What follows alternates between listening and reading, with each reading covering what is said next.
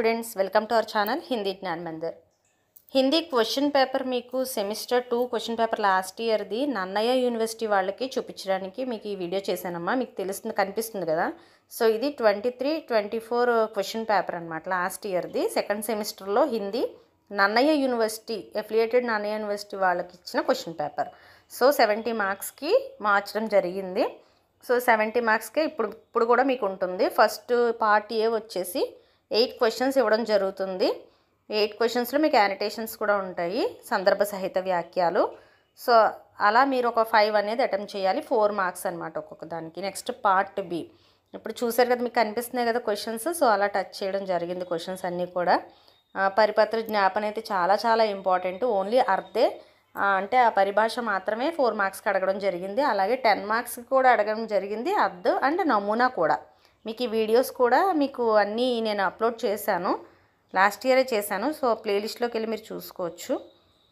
Next notes కూడా అవైలబుల్గా ఉందని ఆల్రెడీ చెప్పాను. ఎవరైనా కొత్తగా ఇప్పుడు ఛానల్ విజిట్ చేసిన వాళ్ళైతే నోట్స్ కూడా రెడీగా ఉందమ్మా. అన్నిటికీ చక్కగా ఎగ్జామ్లో ఎంత రాయాలో అంతవరకే నీట్గా మీకు చదువుకోవడానికి ఈజీగా తక్కువ టైంలో చదువుకునేలాగా నోట్స్ ప్రిపేర్ చేయడం జరిగింది. కావాల్సిన వాళ్ళు మెయిల్ చేయొచ్చు. నెక్స్ట్ పార్ట్ బి వచ్చేసి మనకి 5 రోమన్స్ ఉంటాయి. యాక్చువల్లీ మనకి ఏంటంటే 50 మార్క్స్కి ఇది పార్ట్ బి.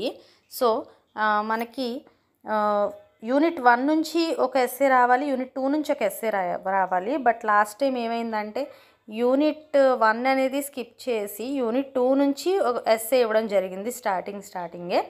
తర్వాత మనకి నిబంధ కామనే, సెకండ్ది వచ్చేసి నిబంధ ఇచ్చారు. తర్వాత థర్డ్ది వచ్చి పరిపత్ర జ్ఞాపనకి సంబంధించి ఒక ఎస్సే ఇచ్చారు. జనరల్గా అంతకు ముందు వరకు ఏం చేసేవారంటే కవి పరిచయాలు ఇచ్చేవారనమాట, ఆధునిక కవి పరిచయం అలాగా.